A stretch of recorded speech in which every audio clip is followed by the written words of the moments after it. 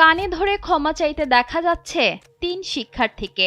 তাদের অপরাধ একটাই, তারা ফাঁকা ক্লাসরুমে নামাজ আদায় করেছেন।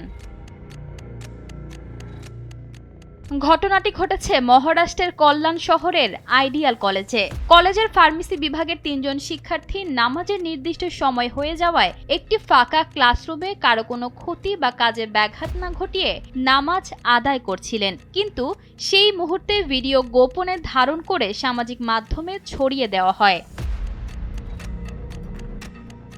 ভিডিওটি ভাইরাল হতেই কঠোর হয় উগ্র হিন্দুত্ববাদী সংগঠন বিশ্ব হিন্দু পরিষদ ও বজরং দল। তারা কলেজ প্রশাসনের ওপর প্রচণ্ড চাপ সৃষ্টি করে যেন ওই শিক্ষার্থীদের শাস্তি দেওয়া হয়। এক পর্যায়ে উগ্রপন্থীরা কলেজে প্রবেশ করে জয় শ্রীরাম স্লোগান দিতে থাকে এবং ওই মুসলিম শিক্ষার্থীদের জনসম্মুখে কানে ধরিয়ে উঠবস করায়। কলেজের কর্তৃপক্ষ পরিস্থিতি সামলানোর পরিবর্তে শিক্ষার্থীদেরই তলব করে এবং জনসম্মুখে ক্ষমা চাইতে বাধ্য করে। তাদের যুক্তি ছিল প্রতিষ্ঠানে ধর্মীয় কার্যক্রম নিষিদ্ধ। যদিও শিক্ষার্থীরা স্পষ্ট জানিয়েছে যে কলেজে নামাজের কোনো নির্দিষ্ট স্থান না থাকায় তারা বাধ্য হয়ে ফাঁকা ক্লাসরুম বেছে নিয়েছিলেন। তারা কারো ধর্মীয় অনুভূতিতে আঘাত করেননি।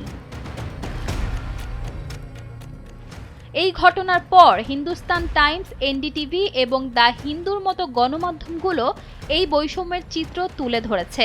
মুসলিম অধিকার কর্মী ও আইনজীবীরা কলেজের বিরুদ্ধে আইনি নোটিশ পাঠিয়েছেন। তাদের মতে ভারতের সংবিধান নাগরিককে ধর্মীয় স্বাধীনতা দিয়েছে, তাই নামাজ পড়া কোনো অপরাধ নয়। প্রকাশ্যে শিক্ষার্থীদের অপমান করা মৌলিক অধিকারের চরম লঙ্ঘন। ইশিতা আক্তার, সময়ের আলো।